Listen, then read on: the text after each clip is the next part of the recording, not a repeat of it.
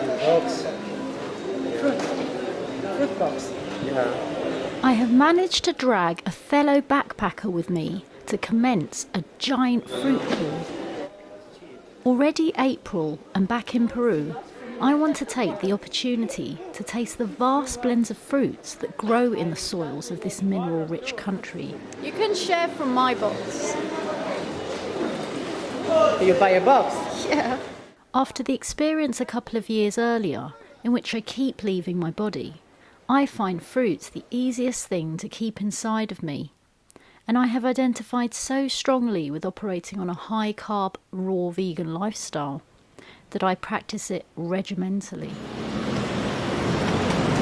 Miraflores is one of the wealthiest districts in Lima, with gorgeous stray cats and street musicians at peak performance in Park Kennedy. The following day, it's time to meet a local biker I met during my first trip, and after a bit of a mountain bike and horseback ride, I head out alone south to Paracas on the hunt for the elongated skulls. As mainstream theory goes, the ancient Paracas cultures would intentionally shape their infant skulls using cloth binding or wooden boards. This was not only cultural identity, but status and a sign of beauty. Although many skulls are human in size, there are some discoveries that show larger cranial volume, patterns that are unusual and that could represent a hybrid species or alien visitor, according to fringe researcher Brian Forster.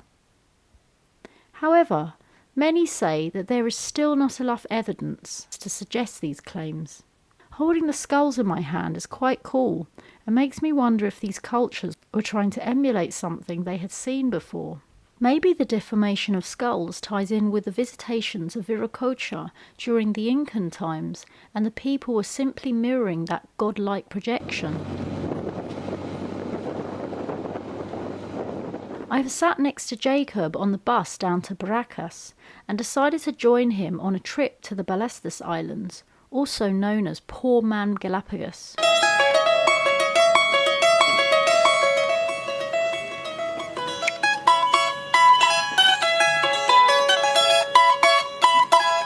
In many ways, this is my first time I'm truly alone, and although I'm simply making my way between various planned friends, I realise how quickly fellow travellers can meet one another, and so you're hardly ever alone really unless you wish.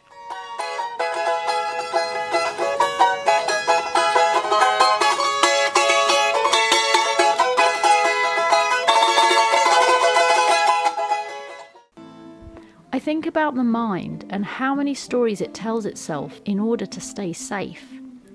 Stories that actually may never come true, but will stop the body from moving forward. In fact, it's just the belief in oneself and the space that surrounds them that really matters. I do not realise now, but this technique of creating space to discover the outside world whilst maintaining safety in reaching people and projects in between will be the craft I use to venture into the unknowingness in both my future travels and film life.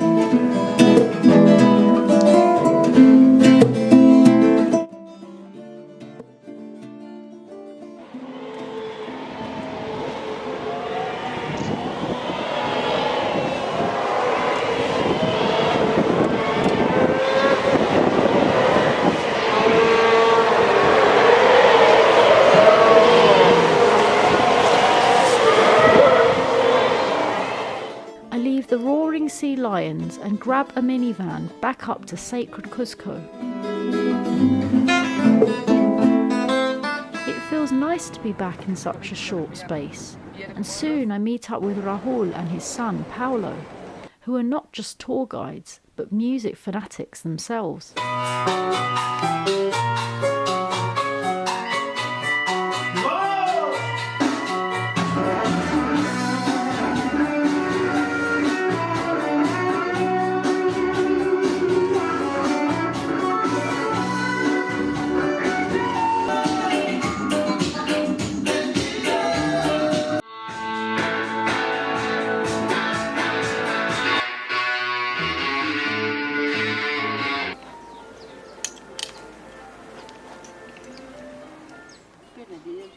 going to the local market with Rosa, his mum, Paolo's mother, and I get my first taste of wild foraging herbs and local produce that she prepares at home in a traditional fashion. ¿Cómo sé? Pues me debes hacer probar.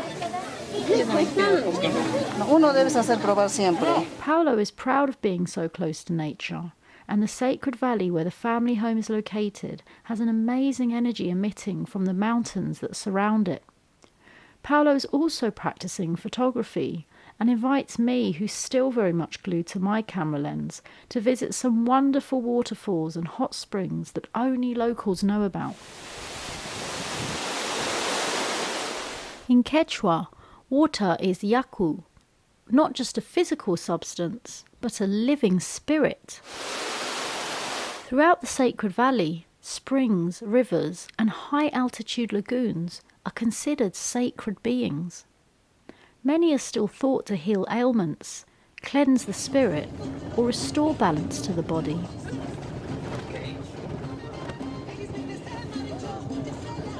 It is now my fourth and final week, so I head on to the last destination, Arequipa, this time to actually walk the Colca Canyon.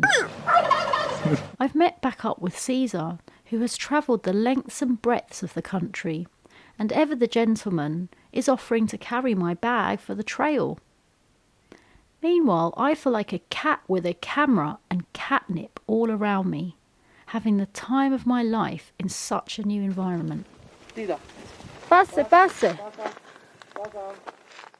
Long before the Inca, the Colca Valley was home to the Cabanas and the Colaguas people. Pasa.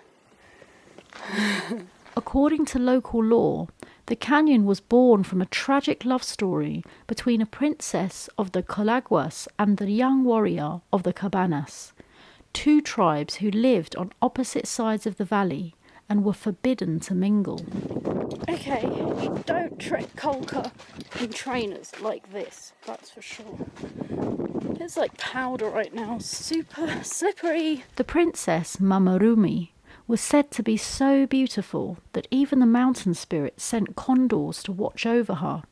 Her laughter, the story says, caused small tremors that softened the mountain cliffs. And the warrior Inkil was a brave hunter from the Cabanas who would cross the river at night, guided by moonlight reflecting on the canyon walls, just to catch a glimpse of the princess. As the two secretly met, their love grew, but when the tribes discovered it, they arranged to separate them permanently.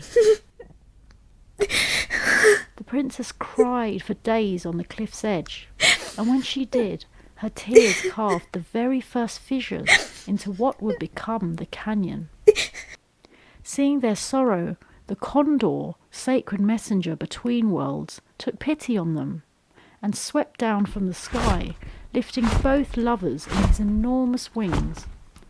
He intended to take them to a place where the elders could never reach, but the winds were too powerful, and strained by their combined weight, the condor faltered. The lovers slipped from his grasp, falling into the depths of where they landed, and the earth cracked open, creating a dramatic descent of Colca Canyon.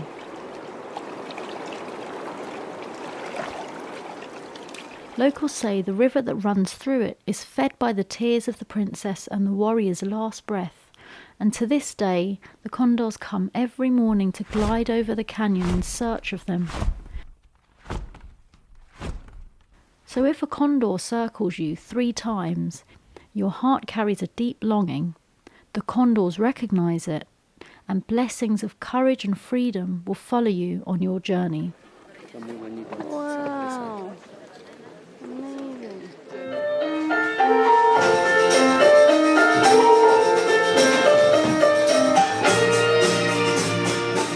I leave Arequipa and meet up with Paolo for the Red Bull event taking place. Although there is much excitement in the air, I feel no interest at all to video the event beyond a few snippets, unlike the way I feel when I meet individuals. This is a clear sign that I can only do things that I love and am passionate about, and to this day I've never accepted a commercial job offer, despite the financial or communal support it offers, because for some reason I still feel like my mission in film is bigger than I can imagine. No, ¿cuál es? Es que no la busqué.